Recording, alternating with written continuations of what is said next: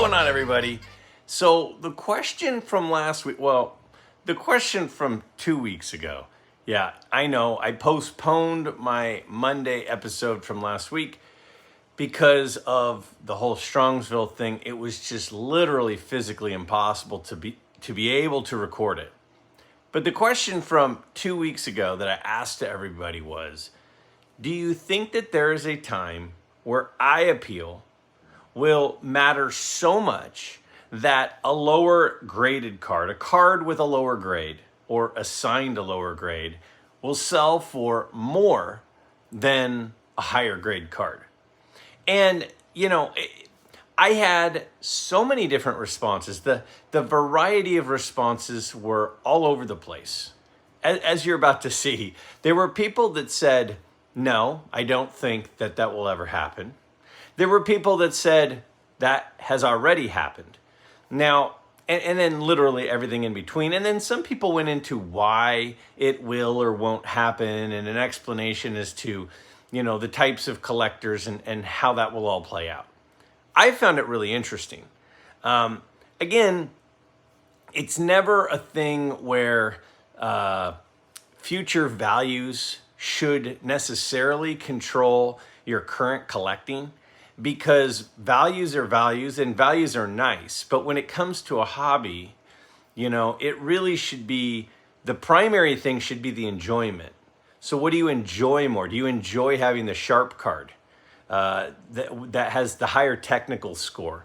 Or do you enjoy the card that fits your eye? Because again, some things might bother me that don't bother someone else and vice versa. So there's always going to be two people look at the same two cards and think one is better than the other and then be different. And that's the part that makes it fun. So we're going to take a closer look at this topic and hear a wide variety of responses. So let's go ahead and take a look at the first one here. I think the higher grade will continue to sell for more because this has become an online hobby. Therefore, buyers have to rely on the grade since they can't examine the card with their own eyes. If this was the 80s and 90s, it would be more likely that prices would be based on eye appeal over the grade. So one of the reasons that I think that grading really took off is because of the expansion and growth of the internet. You know, in the late 90s and early 2000s, that's really when the .com bubble and boom exploded. And eBay was a big part of that. And when you think about what eBay sells and what sells on eBay, it's generally things that are lightweight, easy to ship, relatively small, but have value. And coins and sports cards fit right into that. And so there's no doubt about it that having a card that you're purchasing via a picture is a little bit scary unless you have some sort of third party give you a pretty good gauge of how nice the card is. And that's what grading is. You know, I was just listening a couple of days ago to a recent interview from the PSA president. And he went on and on about how he said himself, a grade is an opinion. I mean, it was Jeff Wilson's podcast that I was listening to it on. And, you know, again, Jeff Wilson gets great guests because of the size of his audience. So he gets to interview the PSA president, and he said, grading is just an opinion, which we all knew, but we still continue to act like a grade is, you know, like a validated, certifiable number when it's just the opinion assigned by that particular grader. And that's kind of the point here. Now, to further the point, I totally agree that the creation of eBay, the creation of Four Sharp Corners and ComC and seeing cards online, auction houses where you don't have to be there in person to see it, but you actually just have a two-dimensional picture to make a decision. It is hard to say, well, I think this card is better than this card when you're just looking at the 2D picture. because we know that cards are three-dimensional objects. Now, we might be able to get a good idea of the centering from a picture. We might be able to get a good idea of the color, maybe, although the color could be adjusted potentially. It's hard to see any indentations or wrinkles or creases even. So it makes it super difficult for us when we're buying. So I totally agree that the biggest benefit for the grading companies is the fact that so many transactions take place on the internet and on auction houses like eBay. So no doubt about it, that is a major factor. I thought it was a great point. And I think, yeah, I totally understand why when people are looking at two cards that look very, very similar and you're just looking at pictures of them, and then all of a sudden, you know, one has a higher grade than the other, it's hard to say, well, the guy who looked at it with a jeweler's loupe was wrong, and me looking at this fuzzy picture on the eBay website makes me realize that this one is actually better than this one. It's really hard to do.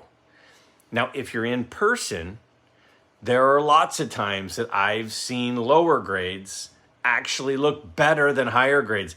I mean, I was at the Strongsville show a week ago. And when I was at the Strongsville show, I went to a dealer and his case had 3 different 33 Gaudy Rogers Hornsby cards. There was a 3, a 3.5, and a 5. And I looked over all 3 of them really well in person. And I ended up determining that, in my opinion, the best one was the 3. Not the 3.5 or the 5, but the 3 was the best one. And it had the cheapest price because of the lower grade. So when you're in person, it's like a cheat code. It's a huge advantage to be able to see the card. But a lot of us live in areas that you don't have the luxury of seeing cards like these in person, where you're at the card show and you get to really look them over with your own eyes. So there's no doubt about it that the grade is an important factor. And one of the reasons it's most important is for all of those e-commerce transactions. My pal Mookie says, with respect to your question, I have personally seen high-end cards in lower grades with higher eye appeal sell for way more than cards with higher numerical grades. I think eye appeal already matters to high-end dealers and buyers in the rarer air of high 4 and 5-figure cards. There are a smaller number of those cards, those dealers, and those buyers, and they have all been educated to the point where eye appeal costs money regardless of the grade. Conversely, newer buyers of lower-priced, more populous cards are inheritedly less educated on the eye appeal issue, and therefore tend toward the grade over eye appeal.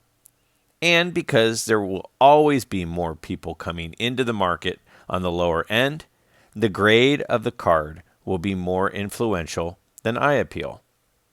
I respond, super interesting perspective. I think your point of educated collector versus newer collector makes a lot of sense. I also agree that there are instances when lower grade eye appeal cards sell for more. But wouldn't you say that's the exception and not the rule? And Mookie responds with, I think it's an exception, but an increasing exception on the high end because a critical mass of high-end buyers are smart enough to understand that the grade is just a number. I think you'll never reach the critical mass at the lower end because of the new, less educated consumers entering the marketplace. Another commenter has a similar comment saying, this week's question about eye appeal selling for more than higher graded ones is interesting. I think we are already seeing lower graded, good eye appeal cards sell for more than some higher graded cards, but nothing like a 3 with eye appeal selling for more than a graded 7 card. I think 1 grade difference is about the most I can see. It will be difficult for eye appeal to dominate and dictate price, mostly because we, hopefully, are always adding new collectors, and they will usually buy grade over eye appeal until they are exposed to videos that are showing their contrast. Then there are more of those who will not have the stricter standard for the eye appeal because corners or edges or registration is more important to them. So I watch a lot of YouTube videos. I watch a lot of live streams on YouTube, especially in the, vintage sports card, circle. And there's no doubt that after watching tons of videos and tons of streams, the best commenter on videos is Mookie Chilson. Now, I don't just say that about Mookie because he's my friend. I love the guy. I absolutely adore the guy. I consider him to be a good friend of mine. And I don't say that because of it. But he has a way of kind of finding some anomaly and being able to recognize it. And I think that what is mentioned here, by both comments, has something really interesting that I think we all need to consider. Is it that more veteran, experienced collectors trust their own eyes more than the grading company's eyes? And do newer collectors tend to not trust their own eyes, so they tend to rely on the grading company? Now, it's funny because I think of an experienced collector as somebody like, Orlando from A Collector's Dream, or Dave, Blue Jacket 66. Those guys are two very, very established veteran collectors, and I value their opinion greatly. Greatly, I value their opinions. Now, when I was at the Strongsville show and I get the chance to hang out with these guys and kind of walk at tables and look at cards with them, I'm asking them questions. I'm listening to what they have to say, and they continued to say things that I thought were really good points that I had never considered. Now, one of the reasons I think I'd never considered it is because the volume of wisdom that those two guys have is just astronomically, exponentially more than I have. So they say things because it's clear to them because they've been around it so long. Dave has recently said several times, Dave Blue Jacket 66, an old rare card, if it's altered, it doesn't matter. It doesn't matter if a card that's a pop 4 and is impossible to find, and all the ones that are out there are buried away in people's collections and will never see the light of day again. If you see one and you go, oh, can't buy it because it's altered. Now, I don't want to put words in his mouth, but that's certainly the impression I've gotten from several interactions with him about this topic. And it makes perfect sense. See, for years, I was always like, no way would I ever touch an altered card because it's been altered. Somebody tried to deceive someone. It's got the scarlet letter. But now, after hearing Dave talk about it, it makes total sense. So I'm going to walk away from a card that's been altered, but that might be my only chance to ever get the card. Now, if it's a 1964 Sandy Koufax and it's been altered, well then yeah, I would probably not be super drawn to that card. But a card that is an ultra rare, impossible to find card, just having it is pretty cool. So that's a perfect example of what is being said here. Mookie says the veteran collector trusts themselves more than the grading company, and the newer collector may not trust themselves yet, so they rely on the grading company. One of the things we have to remember is not all of these graders at these grading companies have been grading for 30 years. So if you've been a collector for 30 years, and you've been looking at cards and studying cards for 30 years, and you see, the different variety of sets and the different attributes that some of them have, then I think that you should really consider trusting your own eyes over trusting the eyes of somebody that maybe has only been at the company, the grading company, for 8 months. They may not have even really been much of a collector before that. So they've only been looking at cards for 8 months, but you've been looking at cards for 30 years, but you're going to default to that. You know, when I was at the Strongsville show, there's collectors everywhere. There's guys you can tell have been in there for a while. So to kind of wrap this up, here's my thought. Some of the most veteran collectors are the ones that are the most disgruntled with grading companies. And I don't think that they're disgruntled with grading companies because they're old guys saying, get off my lawn. Or maybe they are. But I think the reason that they're disgruntled is because they've been looking at cards and studying cards for a really, really long time, and they know volumes more than the people who are assigning grades to cards. And they're sitting there going, I know cards, and that's not the right grade. You're saying it's the right grade, but you don't know cards like I know cards. And you know what? In a lot of cases, I think those veteran collectors are right. So I think this is a great point. If you've been collecting for a while and you see a card and you think it's undergraded and you want the card because you love the looks of the card, I think we should consider continuing to make the number that's been assigned to the card less and less important. And what our veteran eyes in the hobby tell us, really the final answer to the decision, not the number from a grading company. I think it is about time to truly expose PSA on their continual grading inconsistencies and errors. This is causing beautiful cards graded 4, for example, to be worth much less than a truly inferior looking 6. If there was a way to get inside PSA's operations, which are protected by a seemingly impenetrable shield and layer, you could determine who the actual grader is, especially from an experience and qualitative perspective. This is the only way to truly get the facts and expose their actual grades, to have a totally independent party grade them. I can only imagine what would transpire if this could be accomplished. Grading has become a racket, especially when people ultimately send the same card to the same company and receive a totally different outcome.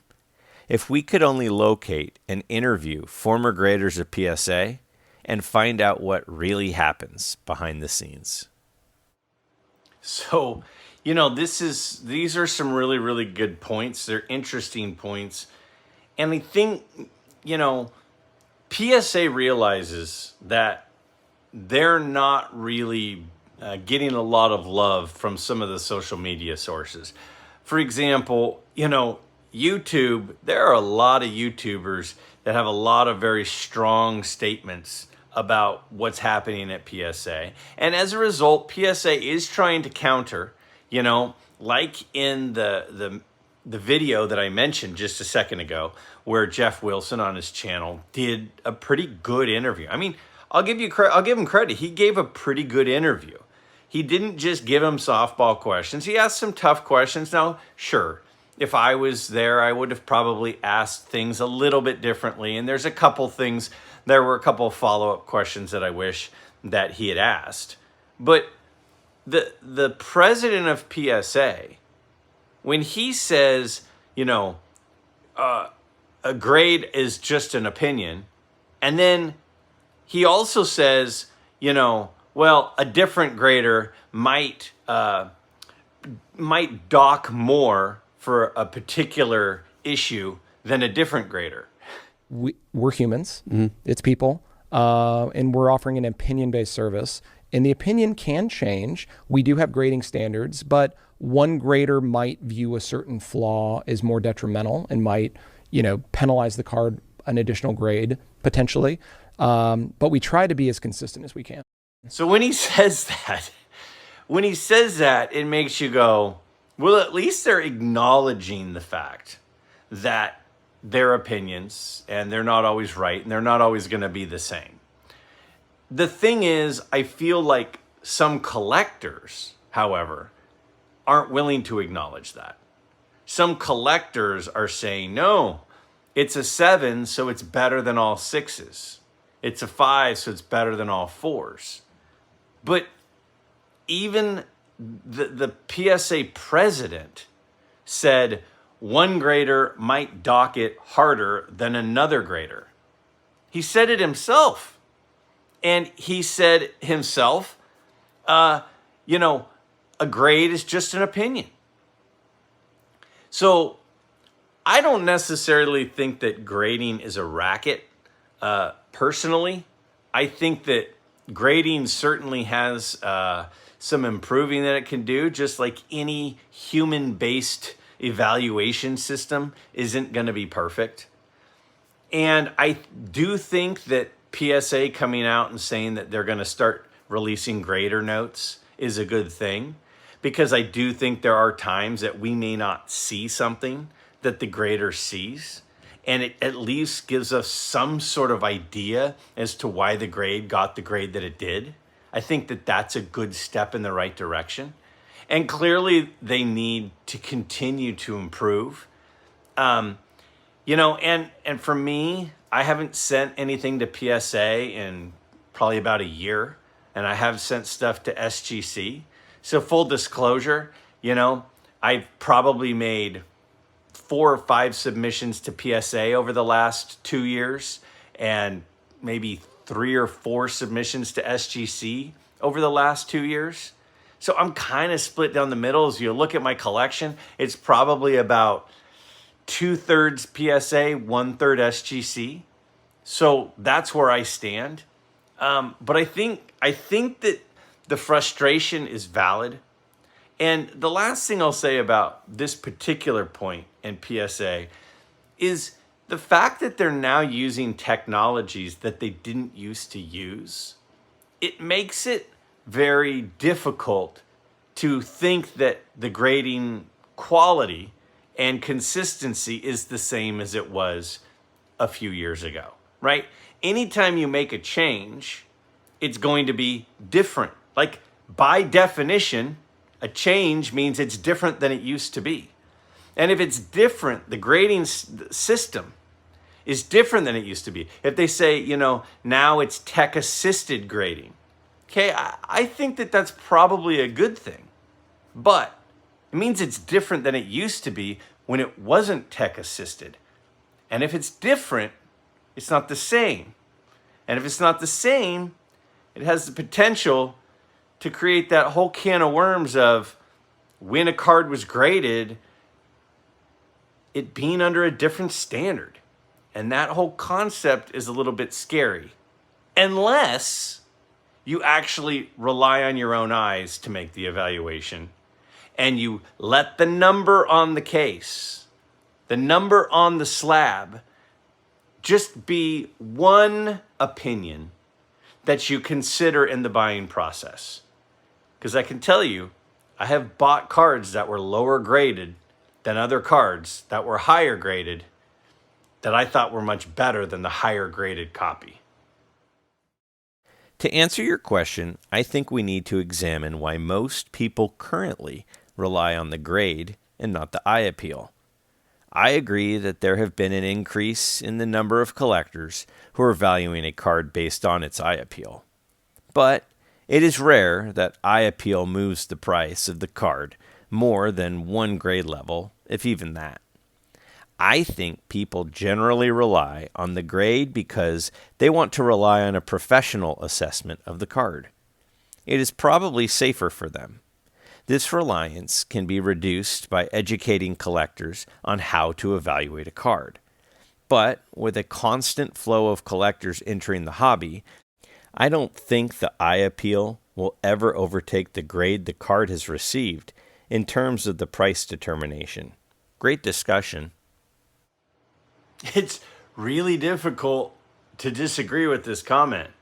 I mean, there's a couple of really good points. Number one, I think a lot of collectors aren't really that educated on what it means to receive each grade and determine each grade and understand how to actually evaluate the card. Now, I'm not up here well, Greg, so you're saying, Greg, that you understand it? No, I don't fully understand it. I don't have access to their rubrics and their grading scales and what they put in different boxes to determine and calculate the grade. I don't have that either. But what I do have is the list of standards that PSA has made public for a very long time. And they say what determines a 10 and what determines a 9 and what determines an 8 and what determines, every single grade.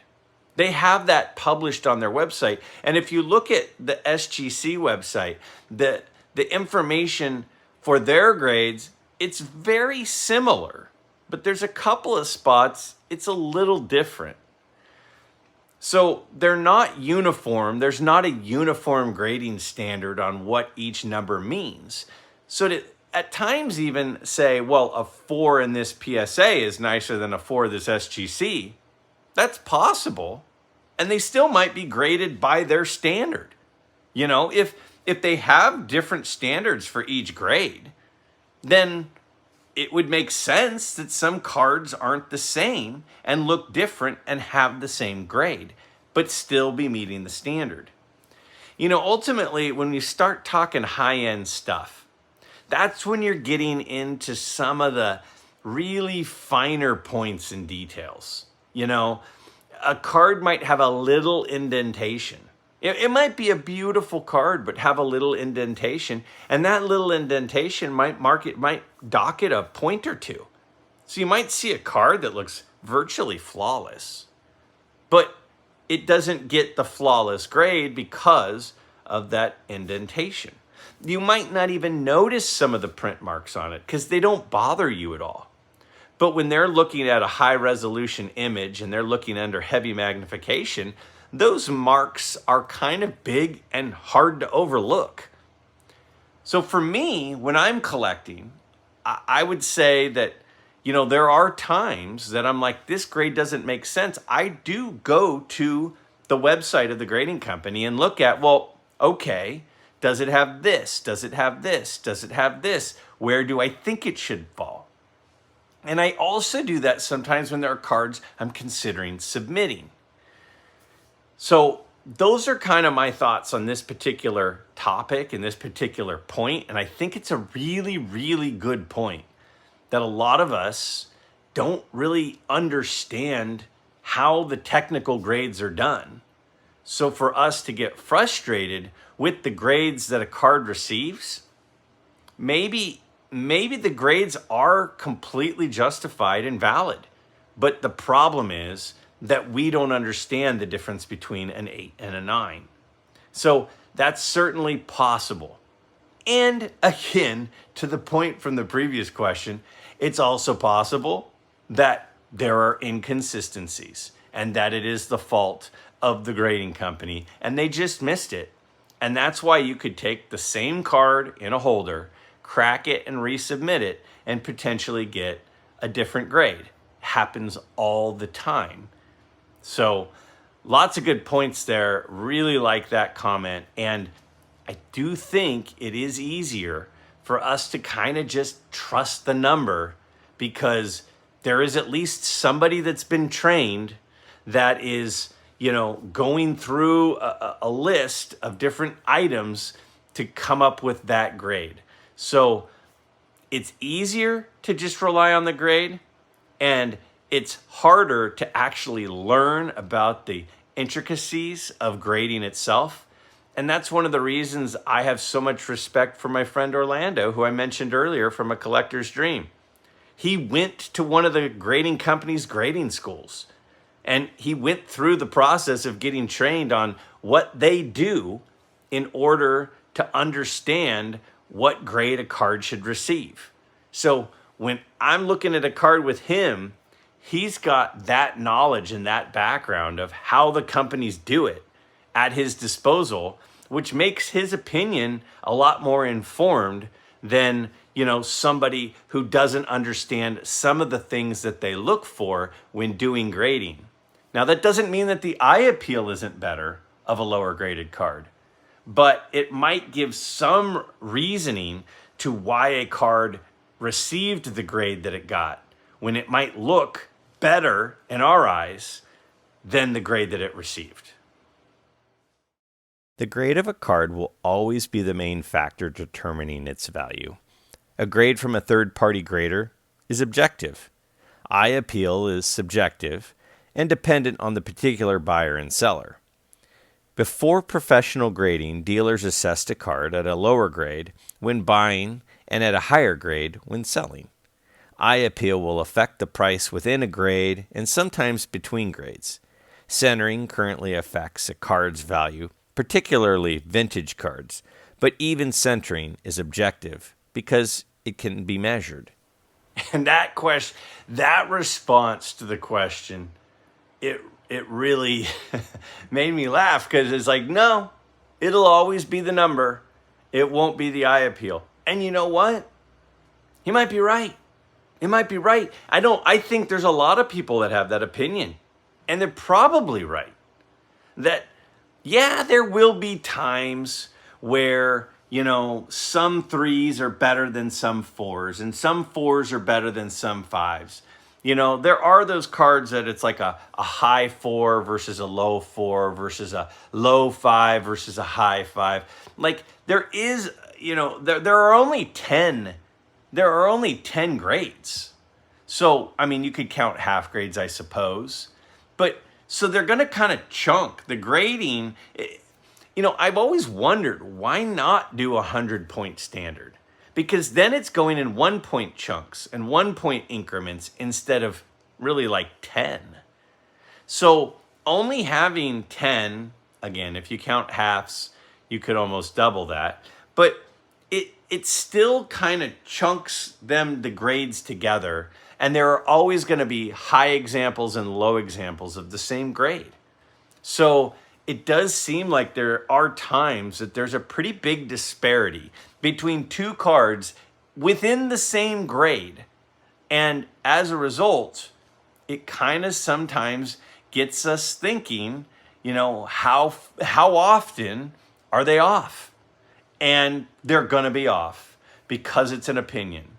So what is my conclusion? What is my final thought on this topic? My final thought on this topic is, if it is know what you know and know what you don't know. That was what I would say. If you know what the characteristics of a card is, if you look at this card and you're able to, intentionally understand the surface and the corners and the centering and the color and the print flaws and the indentations and the creases and the wrinkles and the difference between any of those things, and you see a card that you like the looks of better than a higher graded card, I don't think you should hesitate to buy it. And I don't think you should hesitate to pay above comp. And that's one of the things that I hope that we all think about. If you watch my videos, some of the cards I buy, I pay more than the going rate for the card. And the reason I pay more than the going rate for the card is because that card is better than the average card at that grade. The Warren Spawn, the 49 Bowman Warren Spawn that I picked up at the Strongsville show, that's the best looking 3 I've ever seen in my life. So yeah, I'm more than happy to pay much more than the average 3 grade price. I paid over the average 3 grade price for that card, and I think I got a steal, because that card in that condition with that centering and that color is so rare that there's no doubt about it that it's more valuable than the average one. So if you don't know much about grading, if you don't know much about evaluating the cards and seeing little intricacies that affect it, then yeah, I think it's a good way to kind of fall back on the grade and use that as a bit of a crutch and kind of scaffold you as you are working your way towards learning more about what makes a nice looking card versus a not nice looking card. It's a guide. It's a professional third party's opinion that gives you a pretty decent range of how nice the card is. When I see a card with a 6 on it, I don't see a 6. I see somewhere between a 5 and a 7. And then my eyes take over and my eyes look to see, is it more like the 7 or is it more like the 5? Or is it right in the middle like a 6? And there are some cards that I think, yeah, the grade is right. And there are some where I say, yeah, I think that pinion's a little off. So if you don't have the expert opinion, if you don't have years and years of experience at doing this, then acknowledge that. And don't act like you do, but find someone who does and pick their brain and stay by them and watch them and how they evaluate cards and watch their videos. And when they talk about cards and point out different things about the card, hear what they're saying. Because what they're doing is they're not just sharing an opinion. They're teaching the rest of us how a longtime collector, an expert, is looking at a card. And by doing that, it's making us better at learning how to evaluate cards ourselves. And that's the same reason why when I was at the Strongsville show, you could hear me in most of the video, in every purchase. I made 3 purchases really at the show. And in every single one of them, I had at least one person on my shoulder, at least one person look at the card with me or look at the card before I came up to make the deal. And I really trust my own opinion. I trust it really, really well. But I have these experts at my disposal that are standing right next to me. I'm happy to ask them to give me their experienced opinion as well. And you know what? There were a couple of people at the show who came up to me and said, "Hey, Greg, I hate to bother you. I hate to take some of your time away from you, but I got a card over here I'm looking at. Will you take a look at it with me and tell me what you think? Do you think it's worth this? Do you think it's a good card for the grade?" And I was happy to do that. So that's my thought.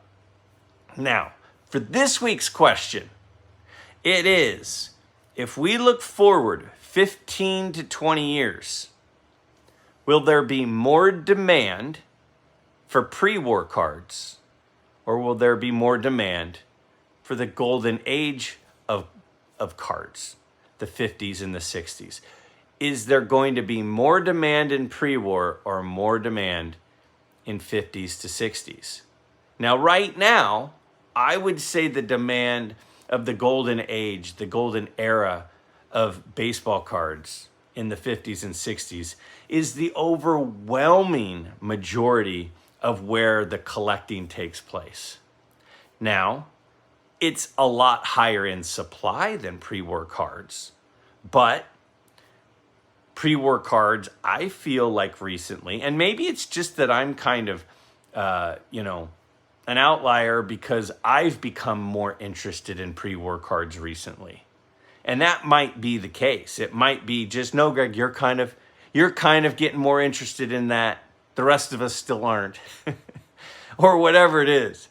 That's fine, but tell me what you think. In 15 to 20 years, will there be more demand in pre-war or more demand in post-war golden era of card collecting?